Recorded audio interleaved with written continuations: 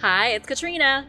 There have been some seriously shocking things spotted on Google Earth. Today, you and I will be looking at some incredible discoveries from military strongholds to abandoned mansions and secret tunnels. If that sounds good, be sure to subscribe and let's go. The Doomsday Discovery. A journalist discovered one of the most shocking secrets in modern American history. It was all thanks to an ID badge found in a parking lot and a quick search on Google Earth. This is the unbelievable true story of Garrett Graff and the Raven Rock nuclear bunker. Garrett was given the strange ID badge by one of his colleagues. His colleague had found it sitting randomly in a parking lot and thought Garrett might be interested in investigating. Garrett was interested, especially because on the back of the ID badge were directions. Garrett went home and used Google Maps to follow the directions on the back of the ID badge. He was amazed to see that the directions led to a road that ended at a mountain in rural West Virginia. The only thing he could see on Google Earth were the doors of what appeared to be a giant concrete bunker. The doors were directly beside a small shack and a chain-link fence. Garrett isn't an internet cyber sleuth. He doesn't search for conspiracy theories on the internet. He wrote for his high school newspaper, enrolled at Harvard University, and worked for organizations such as ABC News and The Atlantic magazine. Garrett is a real journalist who wrote pieces for the Wall Street Journal, Bloomberg Businessweek, and The Washington Post. He was even the editor-in-chief of The Washingtonian. The reason I wanted to give you his credentials is to convey that Garrett is a seemingly trustworthy guy. If Garrett says he found an ID badge that led him to a mysterious bunker in West Virginia, he's most likely telling the truth. Garrett never did figure out what that mysterious bunker was. There is no information about it on any map or any available document. If it was a government bunker, it was the best-kept secret Garrett had ever stumbled upon. Just because he hit a dead end didn't mean he was going to stop. Garrett began researching secret government facilities. This led him to a different place called the Raven Rock Mountain Complex, located in Pennsylvania. The underground facility opened in 1948 by order of President Truman. By an odd coincidence, the facility was only 6 miles from Truman's famous country residence, Camp David. Raven Rock turned out to be a lot more than just a secret government complex. It was a city, a self-sufficient city carved from the bowels of the mountain. It was big enough to house 5,000 people with its own police force and fire department. There were dining halls, sleeping quarters, and much more. I keep saying was, but the truth is that Raven Rock hasn't gone anywhere. It's still buried in the mountain. Garrett's research revealed that under Truman, Raven Rock was the go-to place in the event of nuclear Armageddon. It was so secret before Garrett blew the case wide open that the US government was keeping treasure there, like the Constitution and the Declaration of Independence. Raven Rock is not the only doomsday bunker out there. Peters Mountain in Virginia is another government site designed to withstand a nuclear apocalypse. There is also Cheyenne Mountain in Colorado, the only doomsday hideout I know of that has its own Subway restaurant. The Volvo on the island. One of the most baffling discoveries of 2023 was a Volvo found on Google Maps, sitting on a tiny island in the center of a lake. It's as weird as it sounds. Nobody could initially figure out how the car got onto the island. There's no way it drove through the lake, which is 38 feet deep. Apparently, locals claim the car has been there for over a decade. Here you can see a picture of the car from Google Maps. Although the car made the news in 2023, it's been visible on Google Earth since 2015. Locals say it's been on the island since 2012. Silver Saloon is in the middle of a nameless lake on the property of one Scott Mann, a resident of Ottawa near Chicago, Illinois. With a little investigation, the story started to become clear. It was Scott himself who put the 2001 Volvo on the tiny rock island. Scott is the proprietor of 2 repair shops in the area. He was sold out by his office manager, Tiffany, who said Scott has a lot of crazy ideas. He originally left the Volvo on the island because he thought it would be fun to hold a contest, asking the public if they could guess how the car got there. But Scott changed his mind when he realized that the contest would be too dangerous. He didn't want people swimming out to the island and getting in trouble. He also admitted to altering the scene a little bit.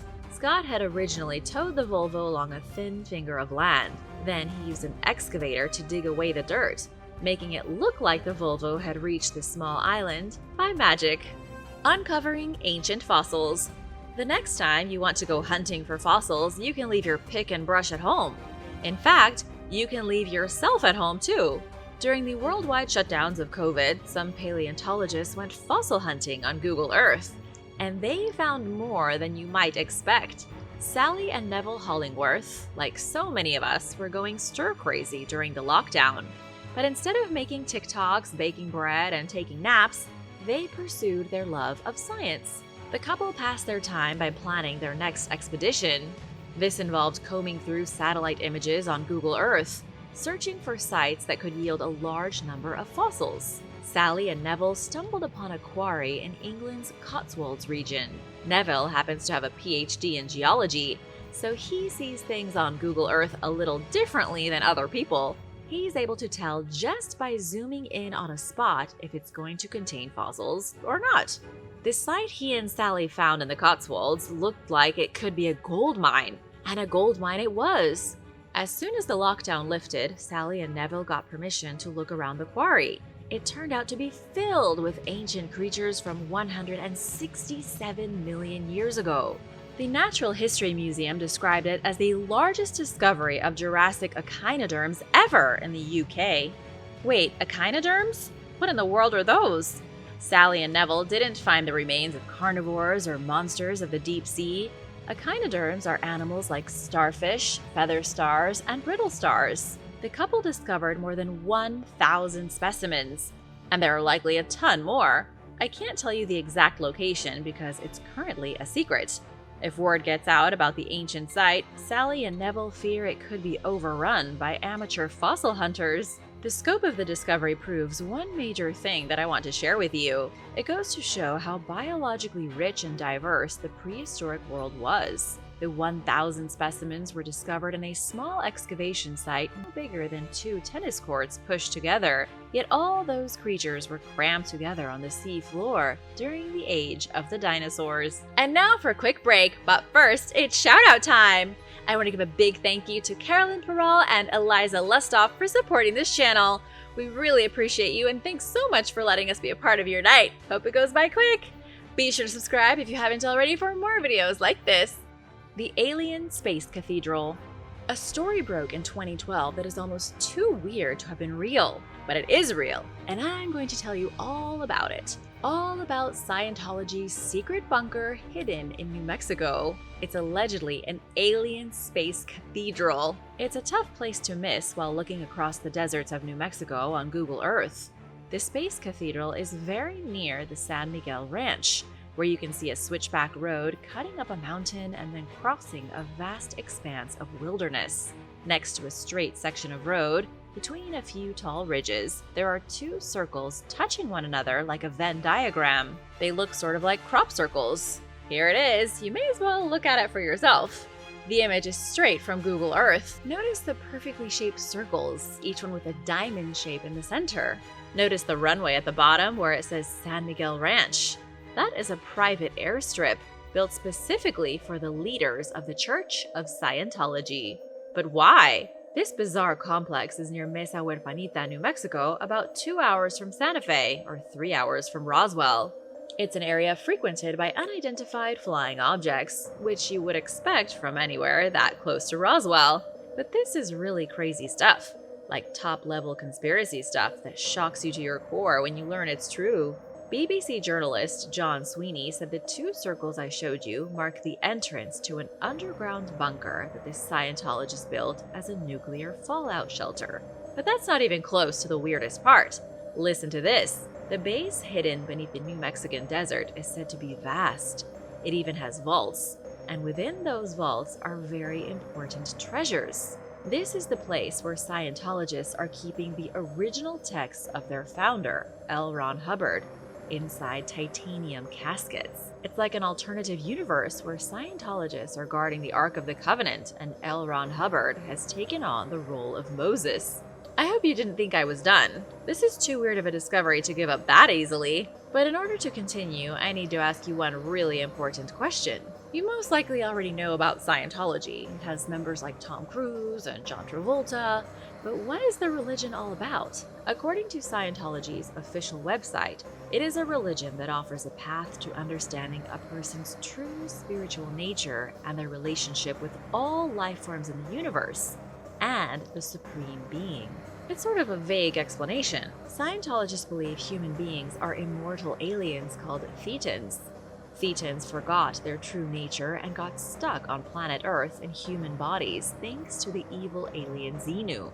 Scientologists also believe that each person, or rather each alien, has lived numerous past lives on Earth and other planets. I could go on all day, but I probably shouldn't, so I'll leave you with a rabbit hole to go down on your own after this video. I will say one more thing about the bizarre complex hidden in the New Mexican desert. The reason it's marked by the two encircled diamonds is because it's like a location beacon. In the case of a nuclear apocalypse, Scientologists figure they will flee the world. Then, when they return later in their spaceships, they'll know where to find L. Ron Hubbard's original writings. The abandoned mansion. Google Maps revealed a creepy abandoned mansion that looks like it belongs in a horror movie. This thing is as spooky as it gets. But then, why do I kind of want to take a sleeping bag and spend the night? The mansion was abandoned by a millionaire tycoon in Hertfordshire, north of London in England. Here's the entrance as seen from Google Maps. The story goes that the millionaire was Athanasios Tachmintzis from Greece. He purchased the house in 1999 and lived there for almost 20 years as a wealthy hermit. He suddenly abandoned the place in 2016 and never went back. Satellite images show fancy vehicles collecting dust in the driveway, like a rusting Bentley. The gardens that were once immaculately maintained now look like overgrown jungles. In 2020, an urban explorer broke into the property to investigate it. He found the dishwasher loaded as if about to be turned on. There was an unfinished game of chess on one of the tables. The ceiling in the kitchen had caved in. The house was completely deserted, frozen in time, and everyone wondered what happened to it. It became a hub for other explorers and intruders to go in. And Athanasios' family says about 170,000 pounds worth of goods has been stolen. It turns out that Athanasios, who is around 73 years old, was diagnosed with cancer. He left the country to get treatment, and the last I heard, he was planning to return to the UK in 2023 to finally deal with his wrecked home. Secret tunnels from Australia to Antarctica. A YouTuber named Neil Evans was poking around on Google Earth when he was left stunned. He used the remove water option while zooming in near Antarctica and discovered what appeared to be tunnels built underneath the water. It's impossible to tell if they are really tunnels, but they do look like perfectly straight lines along the bottom of the sea moving from Antarctica to Australia. Here's the image from Google showing the lines on the left moving from Antarctica, then arriving in Australia on the right side. Neil said nature doesn't make straight lines. Either these things are mystical ley lines at the bottom of the ocean or subterranean passages leading from one continent to another. But if that's true, who made them? And more importantly, when did they make them? These could have been left behind by whoever lived in Antarctica before humans even evolved. If you have any thoughts on the possible underground tunnels, let me know in the comments. Gandhi on Mars? Are you tired of Google Earth and want to creep on people who live on other planets? Then I have some good news for you. Google Mars is a real thing, allowing people to peruse the surface of the red planet as if they were using normal Google Earth software. And wouldn't you know it, one of the first things found when the program launched more than a decade ago was Gandhi. Gandhi is on Mars. At least his face certainly is. An Italian Martian enthusiast named Matteo Ianneo discovered this face. The image taken by Matteo using Google. He said it looked to him exactly like Mahatma Gandhi. What do you think? Could this be the face of Gandhi? Or is it a large mound of Martian dirt? It wasn't the first time something strange was discovered on Mars. NASA has been releasing bizarre photographs of the red rock since the 1970s. NASA's Viking 1 probe snapped a photo in 1976 of what looked like a giant carved face on Mars. Matteo also claimed that he found some other unexplainable features. He said he found evidence of vegetation, entrances to underground tunnels, and ruins of lost Martian cities. However, not everyone is convinced. Jonathan Hill, who was a researcher at Arizona State University, tracked the coordinates Matteo published to see the face of Gandhi for himself. The big difference was that Jonathan had access to much better technology. He was able to look at the face in higher resolution, and it turned out to be a collapsed pit, a huge indent on the Martian surface. Still, it kind of looked like Gandhi. The lake in Death Valley. Check out the development of the Badwater Basin as seen in these satellite images from NASA. On the far left, you can see a small bit of water from July of 2023.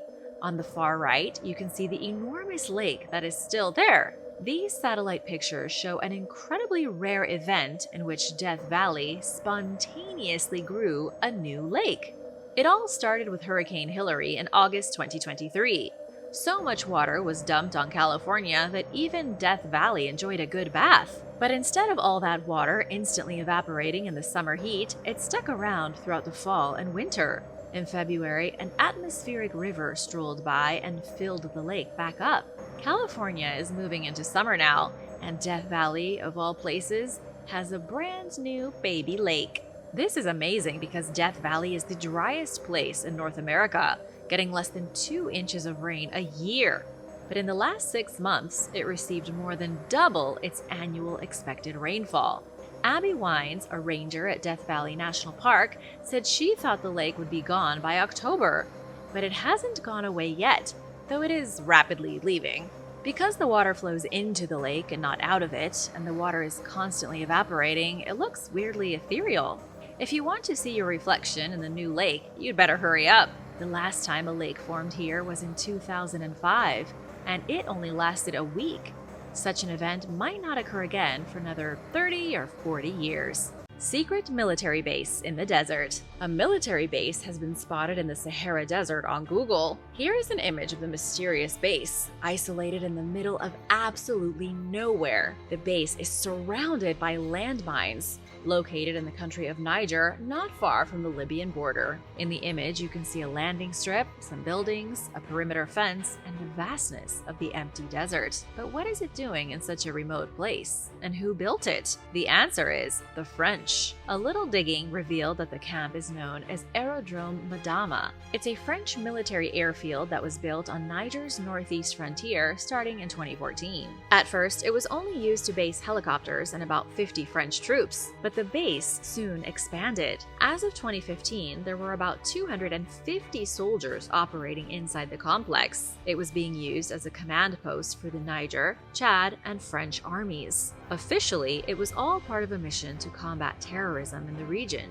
All the same, this wasn't the first time the French built a military base in the Sahara. In 1931, a French colonial fort was built near Aerodrome Madama. To this day, the old colonial fort is maintained by a garrison with the Army of Niger. Unbeknownst to people at home, foreign powers seem to be slowly but surely building strange bases in the Sahara, and they keep getting spotted on Google Earth. Bronze Age mysteries in Europe. Archaeologists recently discovered traces of a civilization from the Bronze Age that has almost totally been forgotten, leading some to question how much we really know about the ancient world. And it was all done thanks to an eye in the sky. Did you know the largest structures in the world before the Iron Age, circa 1200 BC, were the mega fortresses built in Central Europe? It's true, even if it feels unlikely. The Pyramid of Giza was the tallest structure on Earth. Yes, there's no debating that. But the biggest structures in terms of overall size were megaforts like these. These ancient megaforts were enclosed by over 20 miles of defensive ditches. Lead author of the new study, Associate Professor Barry Malloy, said the megaforts were far larger than any citadel or stronghold built by the Egyptians, the Hittites, or the Mycenaeans. That's pretty impressive when you think about it. Prehistoric forts along the Carpathian Basin, across the Pannonian Plain and alongside the river Danube were larger than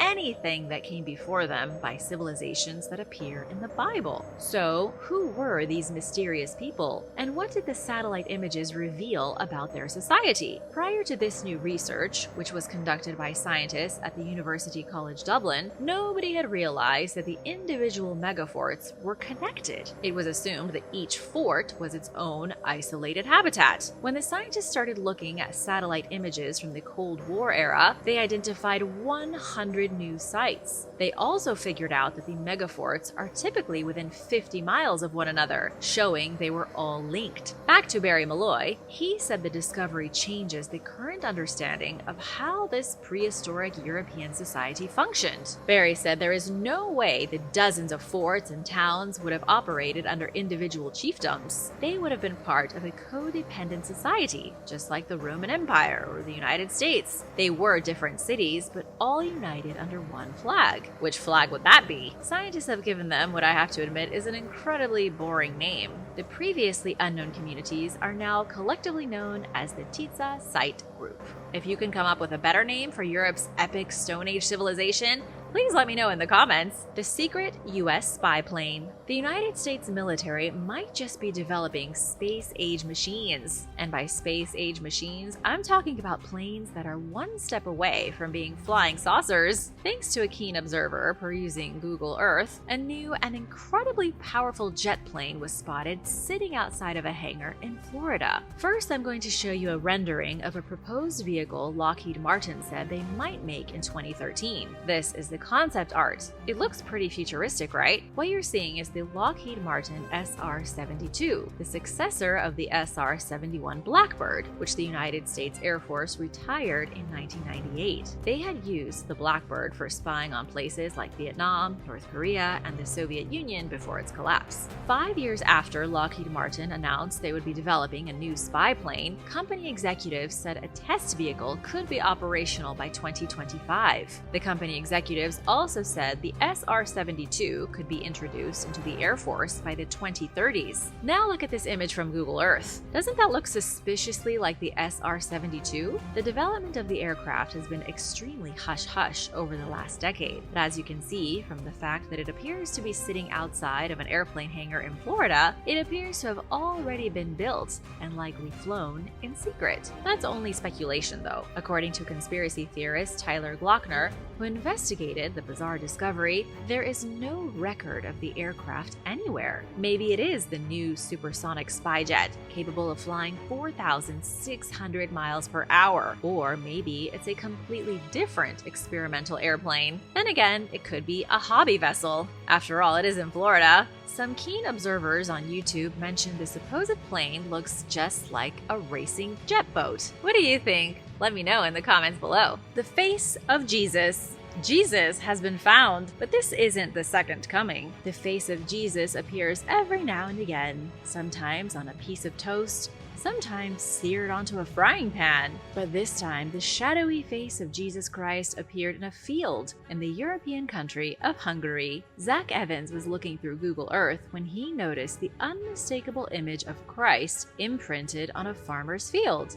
Zach randomly stumbled upon the bizarre portrait. In an interview with The Sun, Zach said he was not a religious person searching for images of Jesus, but what he found was pretty obvious, and so he had to tell the people. It is obvious too, I mean, just look at that figure. This is the zoomed-in picture taken straight from Google Earth. Zach said he found the figure of Jesus while looking for holiday destinations on Google. Which do you think is weirder? Jesus in a Hungarian field or Gandhi on the surface of Mars? Volcanic eruption in Iceland. In 2024, Iceland experienced some volcanic mishaps. The extent of Iceland's volcano problems was captured in a series of gorgeous satellite images, like this one here of an enormous lava flow. The image was snapped by the Sentinel-2 satellite. The people of the peninsula most likely didn't think the eruption was as exciting as those looking at it from space. The eruption in early February was the third one in 3 months, with lava being spewed almost 3 miles from the site of the fissure. The image you just saw was taken 7 hours after the fissure appeared, which itself was nearly 2 miles long. Think about that happening in a populated area. A fissure 2 miles long appearing like a portal to hell, then unleashing liquid fire to flow uncontrollably in every direction. The smoke plume was so intense that it could be seen from the nearby city of Gandhi. Luckily, there was no immediate danger to the people, and in the last month, the volcanic activity has settled. However, researchers have said that the eruption may have caused the ground to become unstable. Even if the volcano doesn't erupt again, Gandhi could be on borrowed time. The ground underneath the town could completely collapse, swallowing everyone and their houses into a pit of doom. Secret Sunken Chinese base. There are just too many secret military bases showing up on Google Earth these days. A submarine base was recently spotted on Hainan Island in China. It looks like something straight out of a Bond movie. Satellite images taken by Planet Labs were posted on social media showing what's known as a Type 093 nuclear-powered attack submarine stealthily entering an underground berth. You can see it for yourself here in this photo, one of the images taken by Planet Labs. That blurry dark shape that looks like a submarine, it's a submarine, and it's entering into an underground and partially underwater berth that is part of the Yulin naval base. Drew Thompson told CNN that Chinese underground bases are not unusual. Drew is a former United States Defense Department official, now working at the National University of Singapore. He said that the shot of the submarine is rare, made possible only because the commercial satellite was overhead at the right time on a cloudless day. But Chinese bases are everywhere. Drew said the Chinese military has a tremendous amount of experience building subterranean facilities, all about secrecy and securing the coastlines of their nation. The Yulin base is about 300 miles southwest of Hong Kong. It's one of China's key naval assets. The majority of the base is hidden underground, keeping it out of sight from spies and potential enemies. But that doesn't stop the US from keeping tabs on it. Navy spokesperson Rhiannon Momsen told CNN that the US Navy sent one of its P-8A Poseidon intelligence and reconnaissance jets near the Yulin base to check on it. However, nobody knows how many tunnels are linked to the base, making it tough to know what's happening with China's stockpile of nuclear attack submarines. Building a new city in the jungle. If you've been around watching this channel for a while, you've heard me talk a lot about lost cities, destroyed cities, abandoned cities, and ancient cities so old that nobody can remember their names. But you haven't heard me talk about a city being born yet, which makes this next topic something truly special. Check out these satellite images taken from NASA. The first one was captured using NASA's OLI-2 on Landsat 9 by Michaela Garrison in April 2022. It shows a jungle area of Indonesia with what looks like a few roads snaking through an otherwise undeveloped wilderness. The second image you're looking at now was captured by the OLI on Landsat 8 in February 2024, also by Michaela Garrison. You can spot the difference right away. The undeveloped jungle grew an entire city in under 2 years. It's called Nusantara, and in many experts' opinions, is the most exciting new city in the world. Nusantara is set to be the new capital of Indonesia, made to replace Jakarta. Why does Indonesia need to replace a city as humongous and heavily populated as Jakarta? Because it's sinking. You could see in your lifetime one of the most densely populated cities in the world plunge into the sea like a bad remake of Atlantis. Jakarta, located on the island of Java, is sinking at a rate of between 1 to 15 centimeters a year. However, some parts are sinking 28 centimeters a year. That's nearly a foot. With the climate warming seemingly exponentially, there is a real possibility that all of Jakarta will be underwater by 2050. The chance is actually 95%. One of the most recent studies done by researcher Harry Andreas showed that North Jakarta will be 95% submerged by 2050. The country has no choice but to build a new city, which is what you just saw in the satellite images. It will be a good thing for Indonesia since Jakarta is already too populated. It's overcrowded, congested, suffers from water shortages, and has horrendous air pollution. The new city of Nusantara Nusantara is being built on Borneo, where it's not under threat of flooding. One of the main goals is to make the city powered entirely by renewable energy. Everything is being constructed from the ground up with the strictest of environmentally friendly methods. It's expected that Nusantara will be fully operational and ready for tourists by 2045. Thanks for watching! What are the craziest things you ever heard of that were found on Google Earth or by satellite? Let me know all about it in the comments, and don't forget to hit that subscribe button if you haven't already. Stick around for an older video you might have missed, and I'll see you later!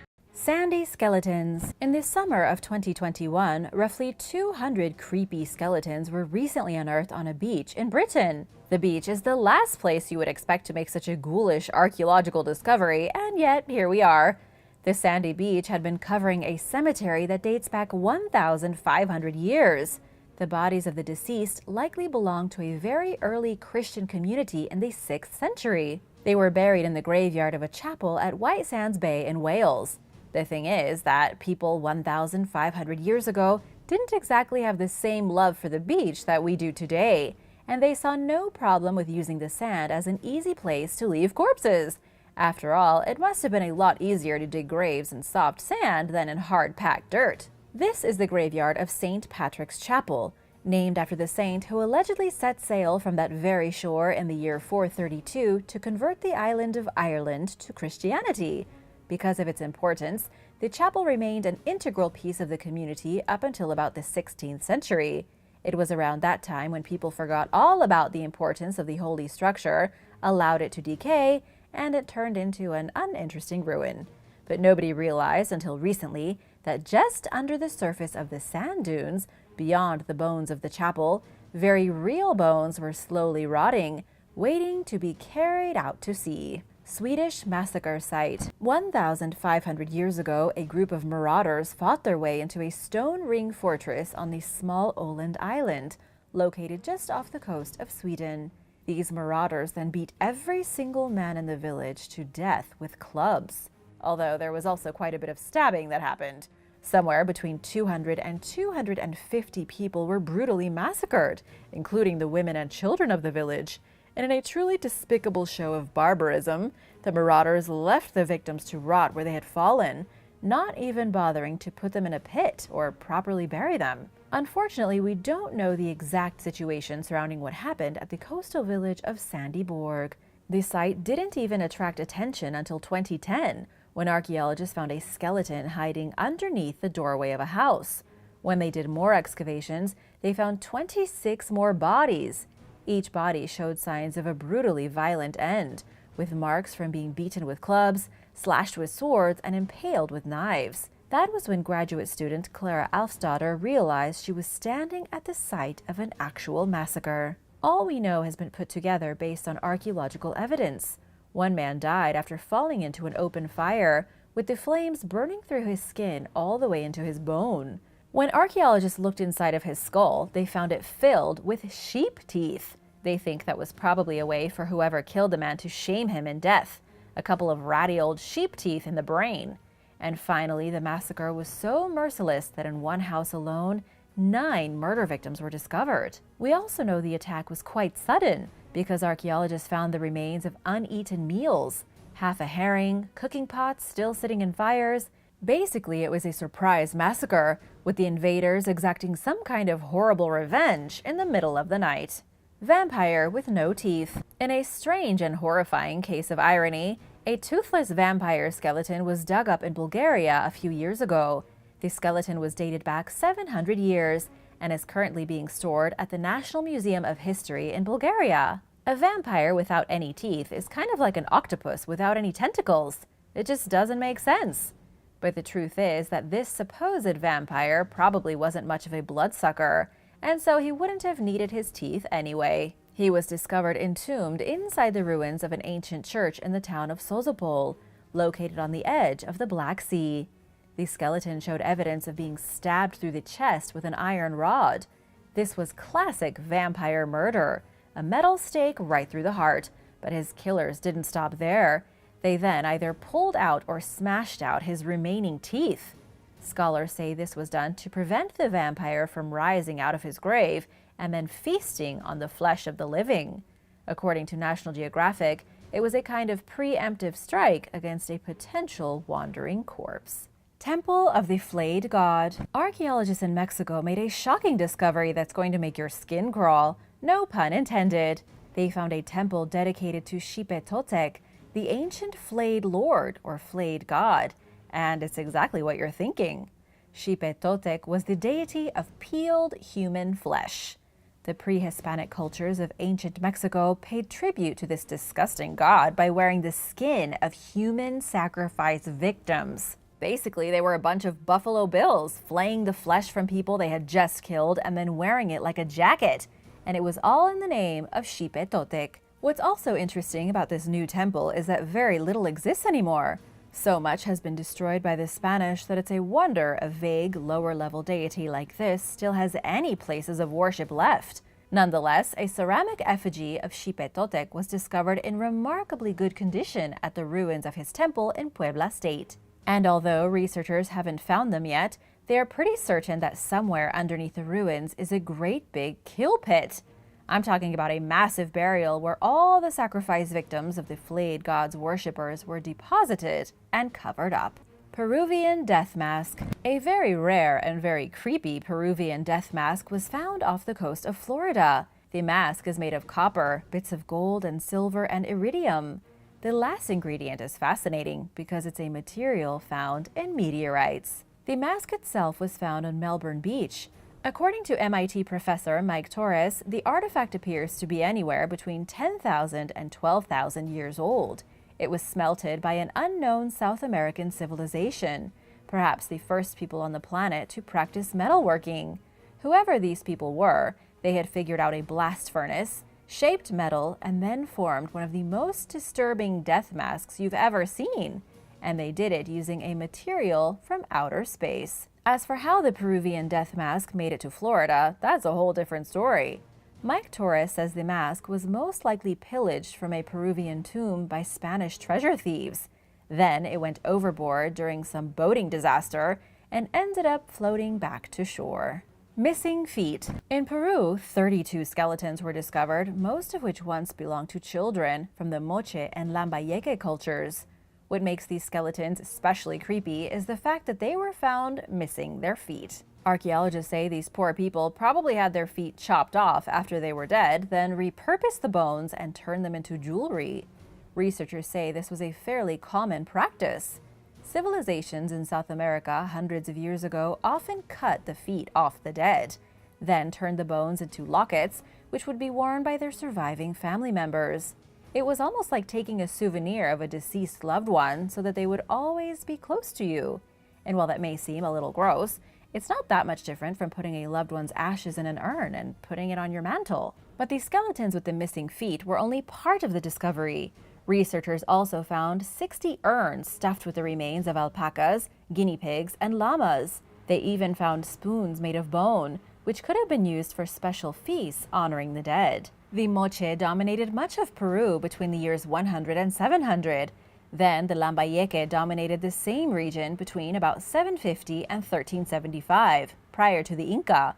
But both cultures, although distinctly different, practiced very similar burial rituals, including the removal of feet. Transylvanian skeletons. When researchers took a look at a cemetery in Transylvania, where the people had been buried underground for the past 6,000 years, they discovered something very creepy and unusual. The deceased had been buried with urns stuffed over their skulls or pulled onto their feet like socks.